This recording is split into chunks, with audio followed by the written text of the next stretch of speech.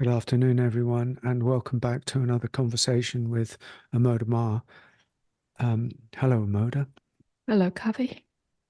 So today we are going to, it's kind of in the last 2 or 3 weeks, but always in the Amoda Maa teaching, we come across people who sort of have touched equanimity, touched peace, touched the grace of beingness, and found something quite maybe it could even call it stable as an experience of awakened consciousness. And then crisis. Now, how we define crisis will come up in this conversation, but a crisis may occur and suddenly the storm is raging and suddenly one is lost in the storm, and there's a tendency, I think we're talking about a tendency here for the advanced, or maybe not even advanced, spiritual seeker, to feel that they've lost something. They've lost the grace, lost the peace, lost the equanimity, and maybe even a sense of failure on the path of awakening, because of this crisis that has come, bidden or unbidden. And so today we're going to kind of unpack that a little bit. I'm going to ask Amoda questions about, primarily, in a nutshell, can crisis be a catalyst for transformation? So there's a lot in there because it seems very relevant to being in the world, really. This is the nature of how awakened consciousness kind of interacts with the world, which is a very dramatic, crisis-oriented place, and maybe that's just the human experience. So, with that, all that being said, I'm going to hand the floor over to you, Amoda, to unpack this a little bit, to speak to it at the outset, and then we'll naturally kind of flow along and see where it goes. Okay? Thank you. Yes, this is the spiritual seeker's dilemma. How to abide as peace, how to abide as presence in all circumstances. And the belief or the sense that I got there and then something comes along in life and I'm no longer there is very common, very prevalent.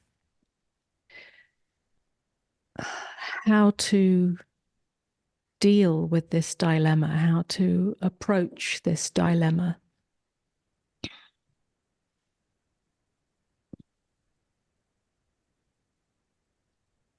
There's a number of ways of exploring this, but perhaps we can start with, first of all, if you like, opening up our understanding of peace and presence. It's very common to believe that peace is an experience of nothing turbulent taking place, that our peace is actually dependent on circumstances. And even for the spiritual seeker who's in some ways gone beyond that, when stuff happens, it's easy to be sort of thrown back into that belief. Or at least the desire to feel peaceful. And so we have to kind of really open up to within ourselves an understanding or a knowing, or at least a willingness to know that there is a peace that passeth all understanding, that is not dependent on circumstances. And that's really pointing to the realization that that which is aware that which is ever present in all circumstances, whether they're turbulent or calm, is never changed. There's a quality of being, there's a quality of awareness that never changes. And that's something that very often on the path is a deepening realization, and one that when stuff happens, when crisis happens, when a challenge comes along, when intensity or turbulence comes along, that's when we're, if you like, called to deepen that recognition.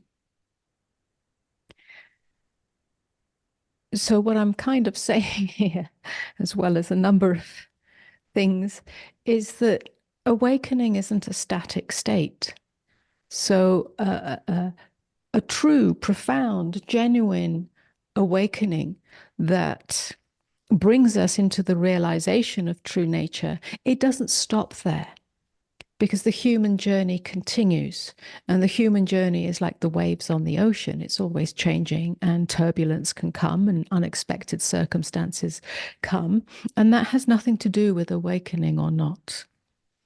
And it's in those turbulent moments or circumstances or times of our lives, even in the awakened realization, that the deepening into what is really peace, what is really presence, what is really the recognition of awareness as the ever-present state, it's like it matures, it becomes more and more matured or embodied through the experience of that crisis or turbulence.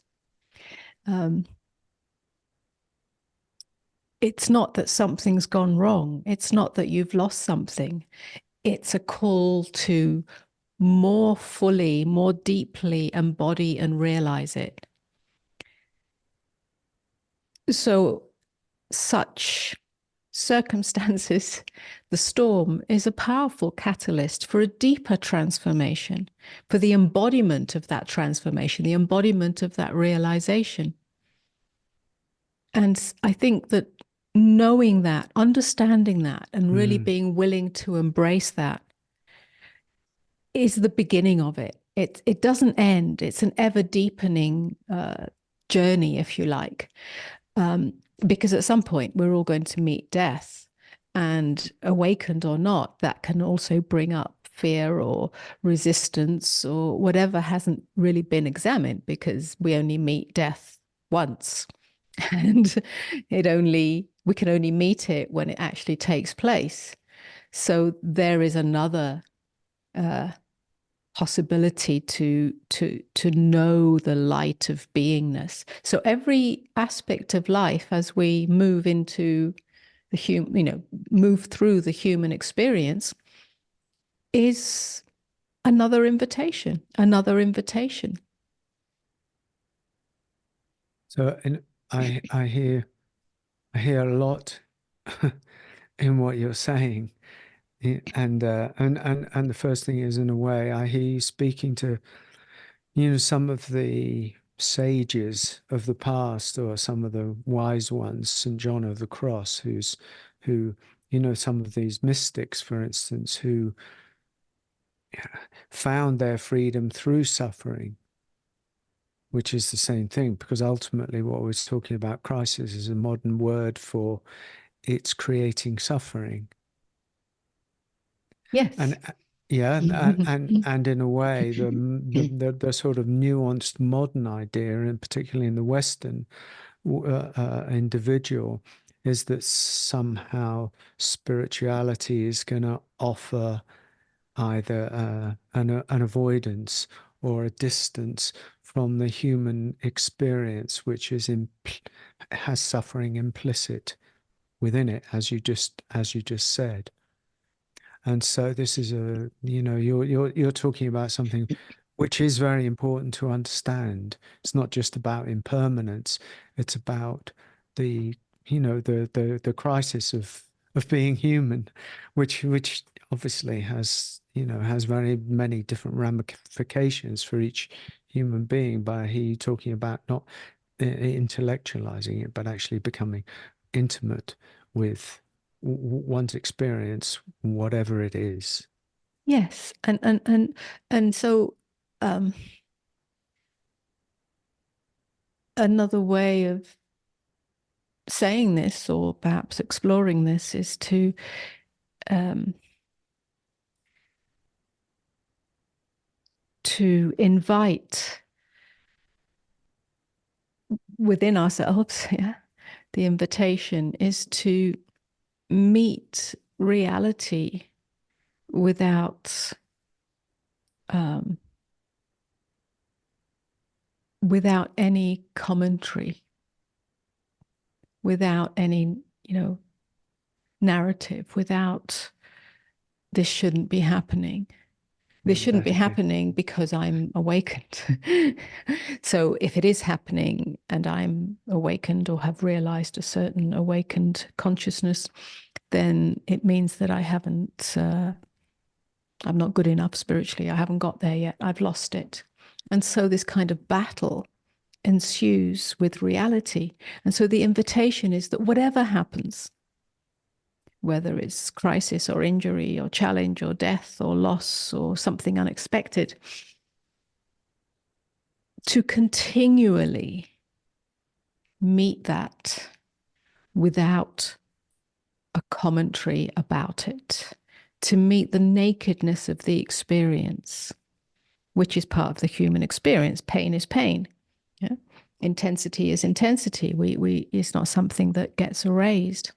And to continually meet it, if you like, with the deepest surrender of the narrating mind, yeah, and that's an ongoing invitation. Right, right. So I hear that very clearly from you, that it's an ever unfolding, ever deepening journey. It's very alive. It's an alive inquiry. It's an alive meeting, Yes, intimacy. Yeah. yes, yes. And I think one of the primary errors, well, we go back to the beginning of this conversation, Mm, is on the spiritual path, this either conscious or unconscious idea that if I realize something, if I realize true nature, if I taste the grace of awakening, and so on, that's it. That's the end. There's no more turbulence. There's no more, yeah, and so on. And yes, the way that we meet turbulence changes. But when the next wave of turbulence comes, and that's unexpected, then we're called to meet that again in this way. And that's often overlooked because of this idea that it shouldn't be happening. So, yes, it's a living inquiry, it's a living embodiment. And we can go to the situation or the story or whatever it is of Jesus on the cross. Yeah, tell me we can more. say who we can say was the light of beingness, the embodiment of the light of God, and yet when he's crucified, yeah, what does he say? Oh Father, why hast thou forsaken me? What does that mean? That means that I've lost it. I've lost that light of Godness in me because I'm in so much excruciating pain. There's physical pain. There's also psychological pain because of the injustice of it. He was crucified and it was very unjust. There was no reason. He wasn't a criminal, and so on and so on. And then he had to go deeper. He had to go deeper than his victim self. Oh, Father, why hast thou forsaken me? It's not the circumstance, it's the internal experience, it's the internal landscape. Mm. And Was it, was I'd it, like to think that, in that he was able to go deeper into the peace that passeth all understanding. was it art? I mean, we don't know, but was it art? just after he'd said that, that then, something deeper happened to him.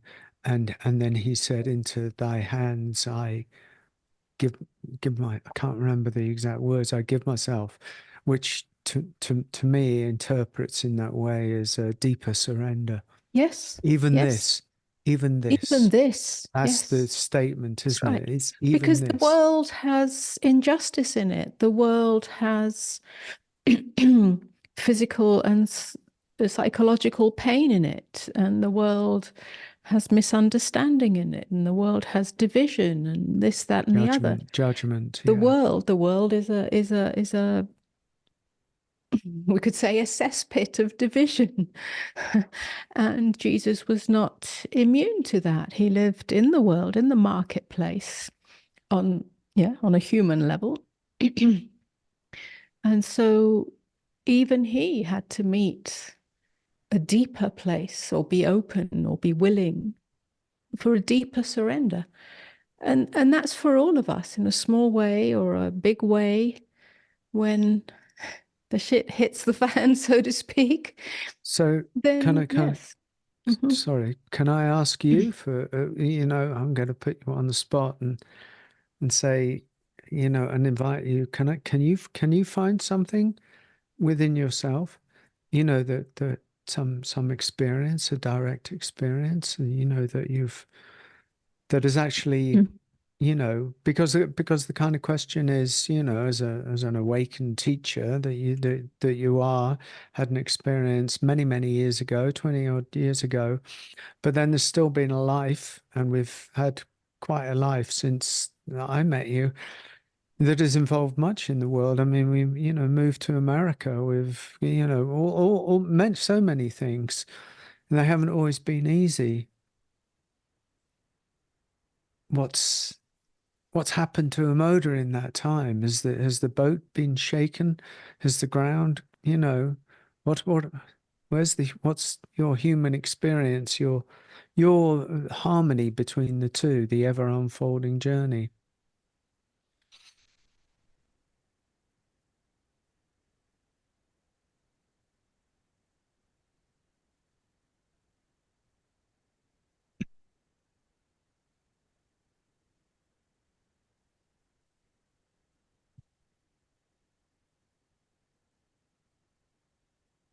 I think looking back over those 20 years, there's been a very rich human experience. And I mean rich in that it has many, um, a depth and breadth of experience, both challenging and, I don't know what the opposite of that is. uh, Exquisitely beautiful. yes, all of that. And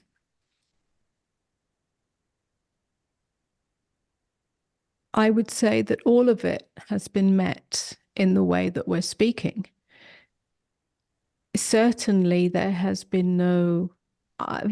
For myself, I can say that I did not uh, rail against the turbulence of life.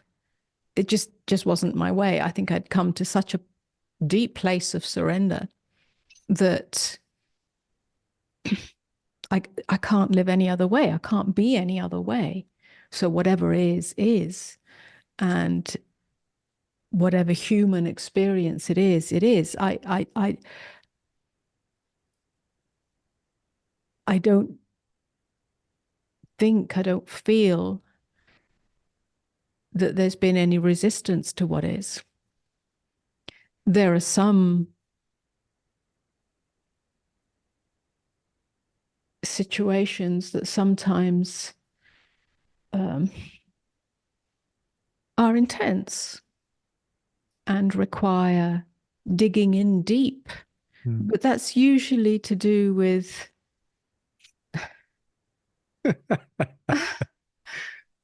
a very worldly Yeah. situation, Money. and one that I'm perhaps not familiar with Mm. previously, or have experience in, or skill, and need to navigate. And that can be difficult. But I can honestly say that there's no, I got it, I lost it. I can honestly say that there hasn't been any resistance to the human experience. I can honestly say that the abidance of presence and openness has never veered. I mean, we can look back right from fairly early on after awakening, which is when we met.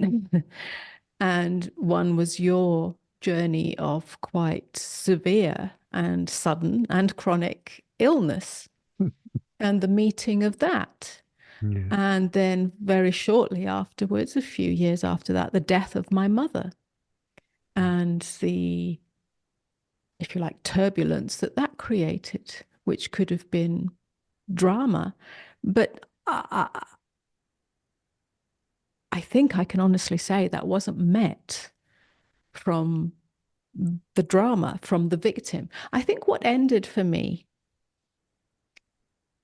through everything categorically was the victim self. Yeah, yeah, yeah, yeah. That's what came undone. So whatever happens, I might not like it. Mm. Of course, I wouldn't. Certain things I don't like. I'd rather they weren't happening. But I don't go there. It's not like that. The victim of life, the victim of circumstances, truly has come undone. And even in the midst of those challenges or feeling out of depth or what to do, what action to take, I think what always reveals itself that everything is an opportunity for growth. And in my case, I feel that the growth is actually on a worldly level. Mm. And the undoing of fear, Mm. whether it's fear around money, which is something karmic and historical that I've carried, or the fear of, I don't know, whatever it is. Usually it's something to do with money, or, to do with the mechanism of the world, Mm. which is a little bit like Jesus railing against the tax collectors. It's that kind of He had situation. that right, didn't he? He had that right. He did, yes.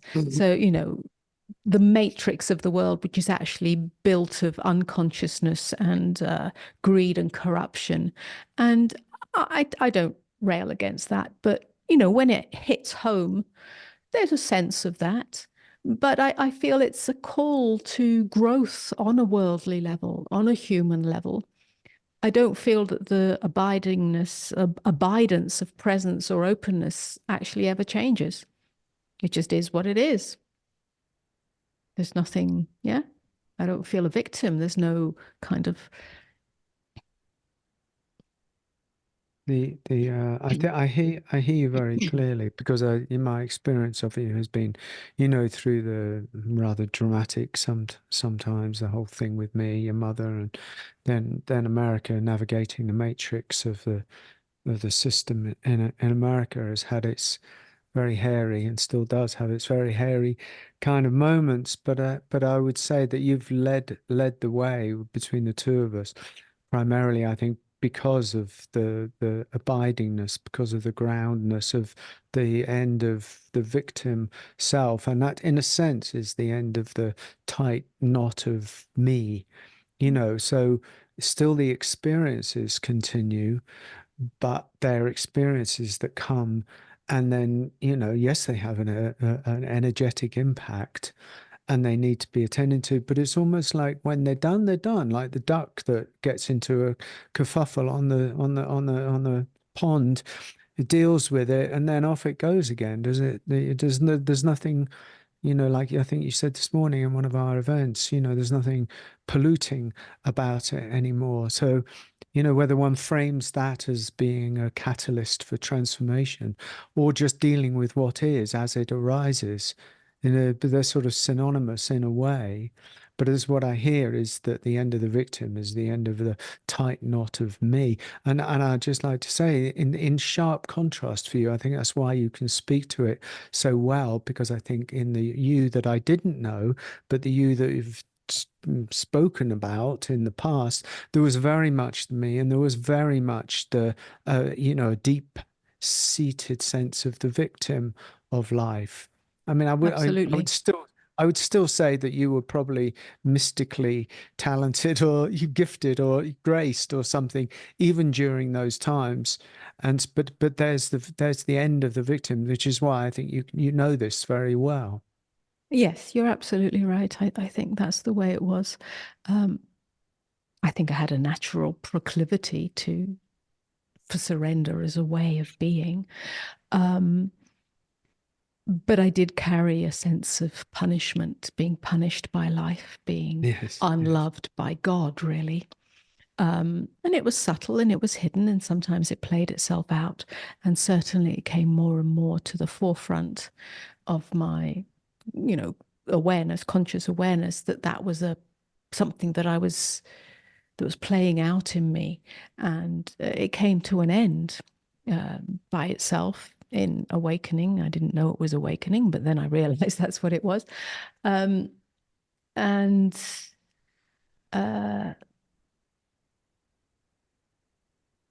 yes, it's no longer here. And what's also realized and is sort of the foundation or the ground is is that I really saw, I really knew, I really realized it's all a dream. It's all a dream, and yet we have no escape from it. Yeah, we are in life as long as we're alive. And knowing it's a dream, seeing through the veils, um,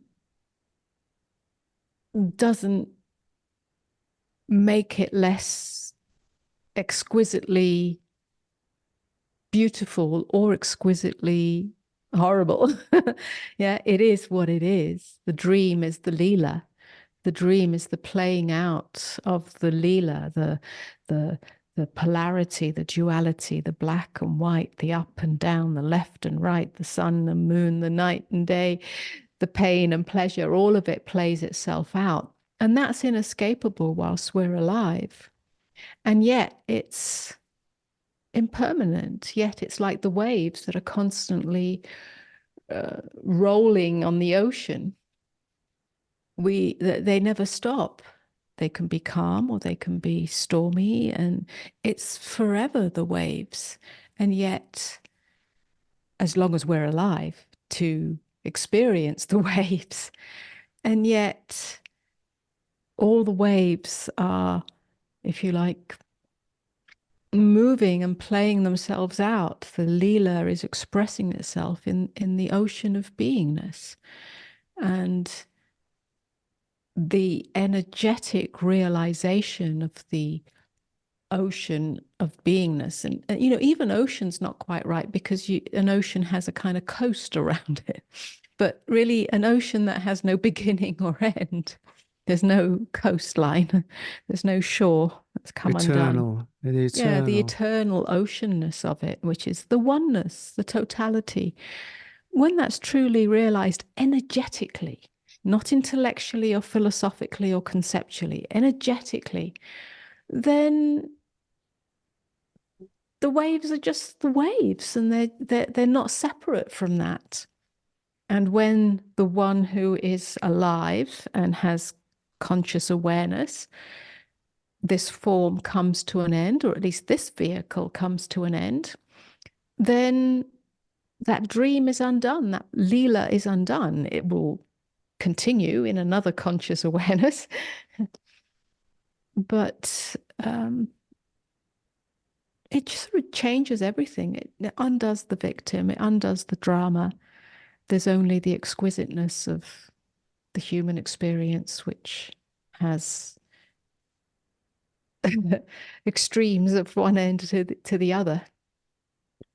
You were when you were young, you were found yourself, unbeknownst to you, unbidden by you, probably, I would hope, in a kind of war situation in yeah, in the Mediterranean in Europe, and I know that that had a huge impact on you as a child, but then subsequent to that, the dislocation, the shock, the trauma, if you like, you know, endured for many a year. In fact, it shaped some of your life. And I just want to include that because the wars are raging, everywhere. And, I mean, it could happen here in the US. Everybody, there are lots of warmongers, and there always have been. But there is certainly a war consciousness, that's arising as well as the peace consciousness at the moment. And there's a threshold when the bombs start dropping that you haven't got the luxury of contemplating how am I going to meet this, and that becomes like beyond even direct, really.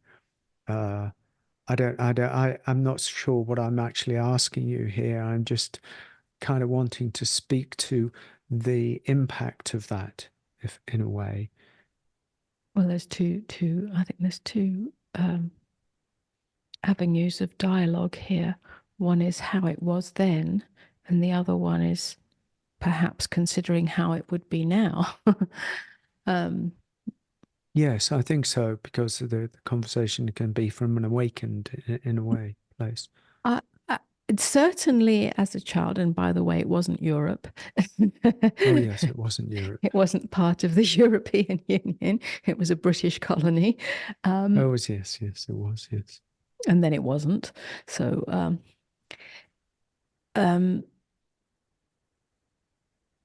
as a child, and I was 11, 12, 13, it was terrifying. That's all I could say. As a child, I went completely into trauma. As a child, I didn't feel protected by my parents because they were children too. As a child, it was a huge shock. As a child, my nervous system was impacted and I became mute, literally mute, and very contracted. And that carried over into my early life, early adult life. And it shaped my experience. It shaped my, I don't know if you'd call it personality, but it shaped my expression, my way of being in the world and what people perceived and how I perceived myself and so on. No, we don't need to necessarily go into more detail, but how is it now? Well, I really can't tell you. I don't carry that trauma anymore. I don't carry that contraction. I can remember it, but I don't go back there to relive it or to, resolve anything. It's done. And it certainly opened me up to the possibility, even at a very young age, that anything can happen anywhere. And what I found when I came back, because we did originally live in England. I was brought up in England, in London. But when we returned to London after the war, we were evacuated. I was quite struck by a certain understandable complacency that war happened. I mean, I didn't really speak to anyone about it, but war happens somewhere else. War happens in the unfortunate countries. War happens in the, I don't know, underprivileged countries or the ignorant countries or whatever it might be. It doesn't happen in the civilized countries, although, of course, First World War, Second World War did happen in the civilized countries. But, at my age, that was not a reality for my peers. And I was struck by that. And I think I carried with me the very real possibility that anything can happen anywhere at any time. And that was actually something very valuable because I didn't sort of fall back into complacency or privilege or, some imagined safety or comfort zone. I didn't experience life like that. And certainly my life wasn't like that. It was full of unexpected changes and losses and so on. How would it be now? Not carrying that trauma, not carrying that. Yeah. Well, I can honestly tell you, I haven't, I just don't know. Yeah. I really don't know.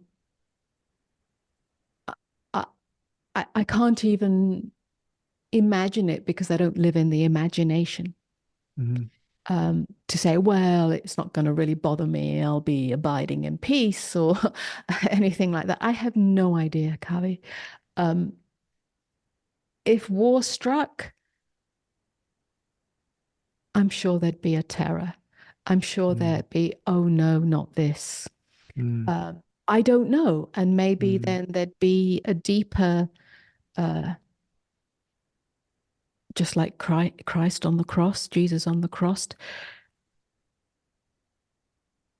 I can't remember the phrase, but was, in this, I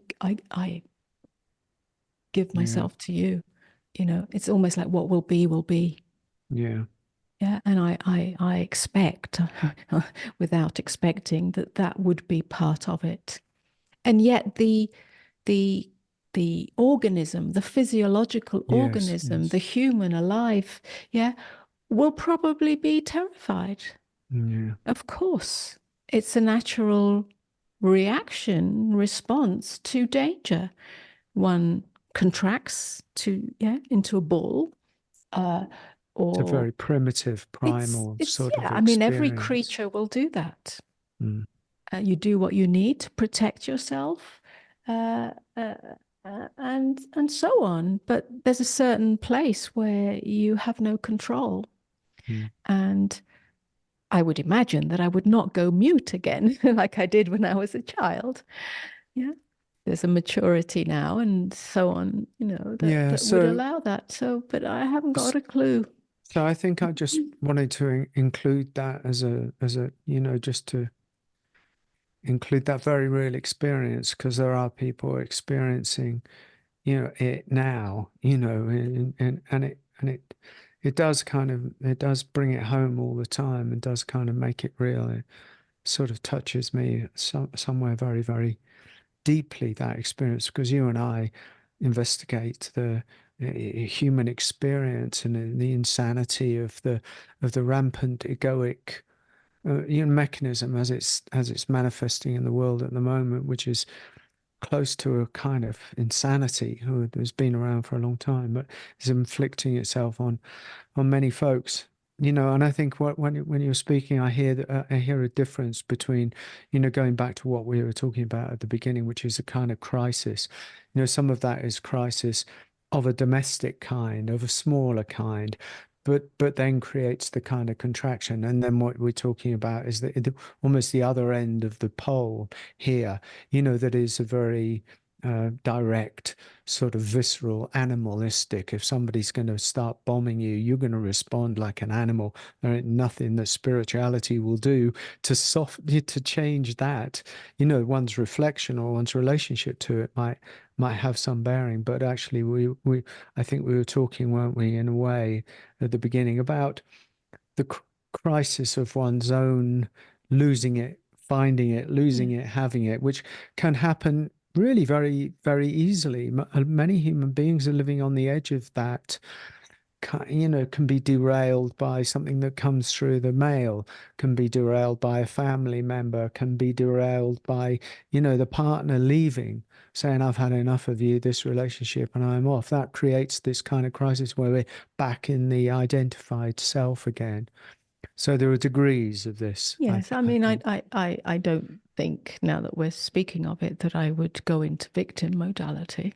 No, Why no, is God no. punishing me? That's the ultimate victim modality. That wouldn't be the case. It's just what happens. Yeah, it's the nature of the world in its current state of consciousness. It's a tragedy. It's yeah, and so on. But it's not a punishment from God. So I would like to think that would not be the case. That. Yeah.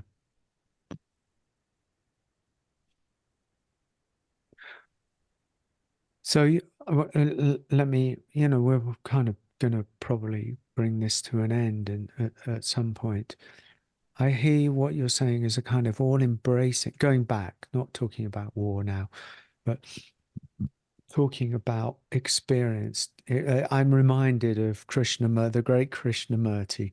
Let's just go to this one for a minute. The great Krishnamurti said to his students, the difference between you and me is that I don't mind what happens. I know when I heard that, it completely destroyed me and has done pretty much ever since because I couldn't doubt but believe him in what he was saying. And if I believed in what he was saying, there was a human being who could actually deal on a level with equanimity with what happens Mm, inside him mm, primarily. And I hear you kind of speaking to that because I don't mind what happens. You know, for many of us on the path would be separated into, well, I do mind this and I don't mind that. That's what we're talking about. I do mind this. But when that happens, I'm back in self. I don't mind. And what I hear you speaking to is a sort of way of speaking to that, which is all embracing. Is it possible? I always like to ask the question, is it possible for us to open more and more and more? mm. Well, I can say from my own direct experience, yes. The end of the argument with what is the end of the veiled perception. What is.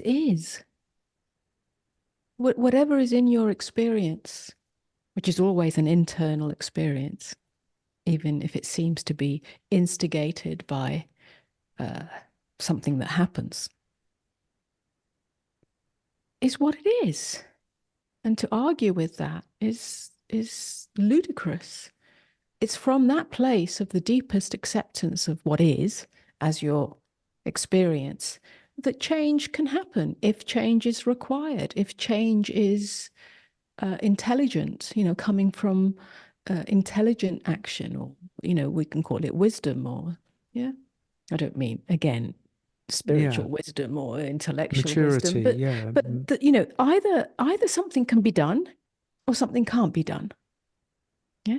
Either there's a situation in your life that you can address, that you can tend to, you can attend to, you can take action because it's intelligent, it's wise. You cut your hand, then some intelligent action needs to take place to stop the bleeding. War happens, you can't really do anything. Not from that, yeah. You can't do anything to stop the war, but you can stop the war within. so this is speaks to the people in somebody in the prison, speaks to Viktor Frankl in the concentration camp. It doesn't it? It's speaking Yes. to those over and over, which is, you know, for many of us in a way an aspiration, but I think it's a light on the path to say yes, this is possible. It might not be easy. But St. John of the Cross. Take my lofty principles and throw them to the wind. I'm here with God in this moment Yeah, well, again and again. give me the strength to love only you. What does that Yes, mean? That doesn't mean to love you as a deity over there, to love you, the beloved, because the yes. beloved is everything, everything, the godness of everything. There's one God, not as an entity, not as a deity, not as something separate to us, but simply the one totality of beingness that is expressing itself as everything, even if that expression is horrific. It's all of it. Give me the power, give me the strength to love only you, to love everything that arises. That doesn't mean that we love war. It doesn't mean that we love tragedy, not in the conventional sense of loving. It means to open to it, to deeply, deeply accept what is taking place in my internal experience, in my experience, because anything else is adding to the division, is adding to the argument, and is increasing the suffering. So the the it, I hear the heart in this, you see. I hear heart in this. And is as the heart kind of let's say opens, I don't really like that, but as one opens to the deeper levels of beingness, so does the victim necessarily ipso facto die in that. They can't coexist. The openness of the heart and openness of beingness and the victim cannot coexist. No, the victim dissolves in that. You could say, yes, that the victim dissolves in the deepest acceptance. It's only when you're fighting something, it's only when you're arguing with something, it's only when you're resisting with something that And there's a that's all, victim. yeah. And that's all up here, really, isn't it? Yes, Would have to be. yes. And again, there's often a misunderstanding of what the heart is. Yeah. Yeah, it's all feely to do with So feelings, can you and yeah, speak to so that a little bit?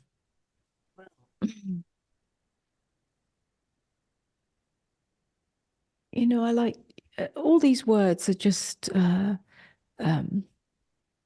a very almost reduced understanding of their deeper meaning.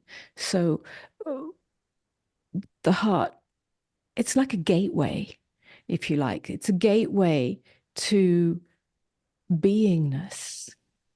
It's a gateway to the vastness, the unboundedness of the ocean, at which point you can't even call it heart, Mm, because the heart has a certain location, even energetically, metaphorically, but it's just a doorway. Openness is a doorway to that which is already open, which is the ocean. It's unbounded, the infinite. We can say the ocean of awareness, the ocean of beingness. And the deeper we go into that, or the more that we open on a certain level, that openness is no longer something that we have to go through. It's just here always as an energetic, deep acceptance of what is. And the realization energetically, viscerally, that open awareness, that open presence, that open beingness, just like the sky, is always here, come what may, whatever right. storm passes through. Yes. And that's beyond the heart. Yeah. So no, yeah, that's right. Nothing can touch the essence of us. It The cannot be essence touched of by all that is. the phenomena of the world comes and goes. Nothing can touch the That's right. essence. Wow, that's an invitation, huh? So yes, in that sense, I hear you saying crisis can be an invitation or an opportunity for transformation, Yes. for to enter the gateway Mm-hmm. of what we call the heart, but isn't really a Mm-hmm. heart. Yes, and like perhaps we've just been exploring, there's different levels of that. There's different, depending on where we're at. First of all, even embracing the possibility that crisis can be a doorway for transformation or for deepening, and then everything else that we've spoken about. So, Yes. depending on where each individual is on their own path of awakening, or even let's not call it awakening, just transformation or the human experience, then we can meet it in different ways. One is acceptance, one is willingness, one is surrender, one is ending the argument and then deepening, and so on and so on. Well, I remember for myself how it was in those 10 years of being so ill. You know, that I was courted death and had to take care and didn't know, was confused and railed against it and felt like the victim. And all of these characters emerged and all of this desperation emerged. And eventually I had to surrender and just, give it all up, really, and still attend to what needed to be attended Mm. to, And you there was know. a great tenderness, I know, from myself and, to Mm, the situation for both of us, great tenderness to what is. And then attending to it, yes, in whatever yes. way. But that attending didn't come from crisis drama, trying to repress it, suppress it, stop it, fix it. It came from a much deeper intelligence. which meant that what was attended to had an intelligence in it and a healing capacity in it, a return to wholeness on an emotional, physical, and mental level. But meeting it with tenderness was actually crucial.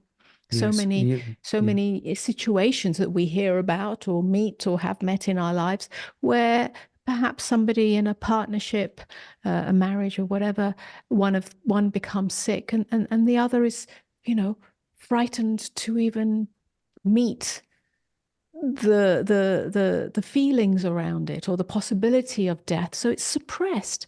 Well, that's not healing, that's not wholeness.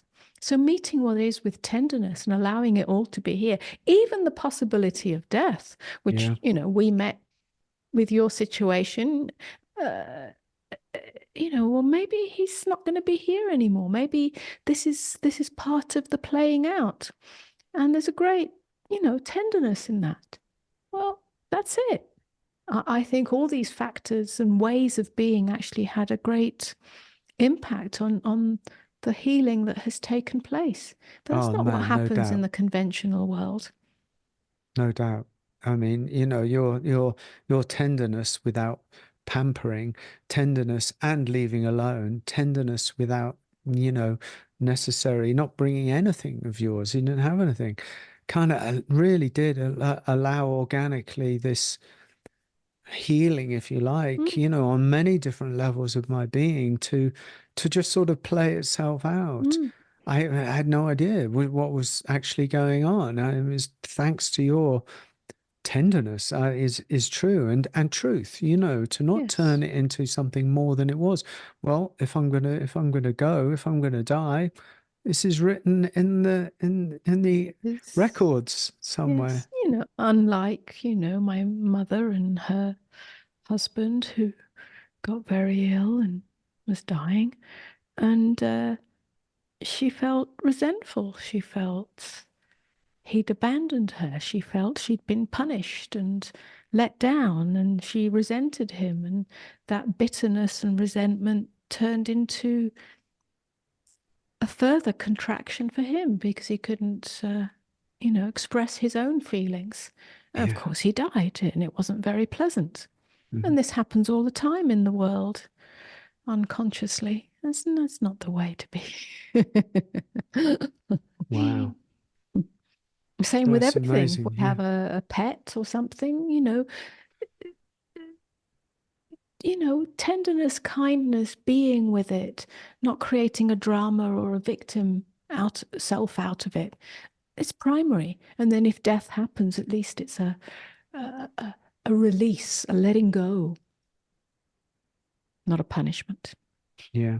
I think, in conclusion, I learn from you all the time, that that don't to not split ourselves up anymore. Yeah, we've done with the splitting up, not you and I, but everybody. We've been split up. We've separated ourselves, separated our experience, separated everything off. Well, I want this and I don't want this. And that maybe has worked for some period of time. And then it stops working. And then what? Then you have to respond in a way at some point on the deeper and deeper levels to what you're talking of. Even this, open up, even this. And there is a deep grace in that because you end up in the arms of God. I swear to God, you in the arms of grace, That's one should right. say. So I thank you so much, Amoda. Um, uh, I think we're finished, huh? Mhm. Okay, Yes. good. Thank you so much, everybody, for listening. We hope you've, enjoyed or been stirred or stimulated a little bit by this conversation with Amoda Maa. We'll be back soon with another conversation. Please like, subscribe if you're watching this anywhere like YouTube or something. And uh, that's it. Over and out from me. Take care. Thank you so much, Amoda. Namaste to you. Namaste. Be well.